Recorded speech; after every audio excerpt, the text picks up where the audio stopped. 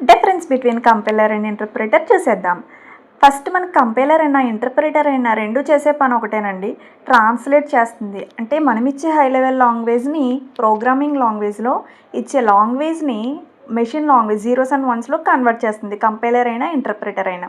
అయితే compiled code అంటే convert చేసేసిన తర్వాత జీరోస్ అండ్ వన్స్లో కన్వర్ట్ అయిన కోడ్ని మనం కంపైల్డ్ కోడ్ అంటాము కంపైలర్లో. ఆ కోడ్ అనేది రన్ చేసినప్పుడు ఫాస్ట్గా రన్ అవుతుంది. ఇంటర్ప్రిటెడ్ కోడ్ అనేది స్లోగా రన్ అవుతుంది. కంపైలేషన్ అనేది ఎక్కువ కోడ్ ఉన్నప్పుడు, బల్కీ కోడ్ ఉన్నప్పుడు టైం అనేది ఎక్కువ తీసుకుంటుంది. ఇంటర్ప్రిటర్లో వన్ స్టేట్మెంట్ ప్రతిసారి కూడా మనకి ఒక్కొక్క స్టేట్మెంట్ అనేది ఎట్ ఏ టైం అనేది రన్ అయిపోతుంది. సో టైం అనేది తక్కువ. ఎర్రర్స్ ఐడెంటిఫికేషన్ అనేది కంపైలర్లో డిఫికల్ట్గా ఉంటుంది. ఇంటర్ప్రిటర్లో ఈజీగా ఎర్రర్స్ అనేవి ఐడెంటిఫై చేసుకోవచ్చు. నేను కంపైలర్ అండ్ ఇంటర్ప్రిటర్ గురించి ఫుల్ వీడియో చేశానండి. ఎవరికైనా ఇంట్రెస్ట్ ఉంటే చూడండి, డిస్క్రిప్షన్లో లింక్ ఇస్తాను. Thank you.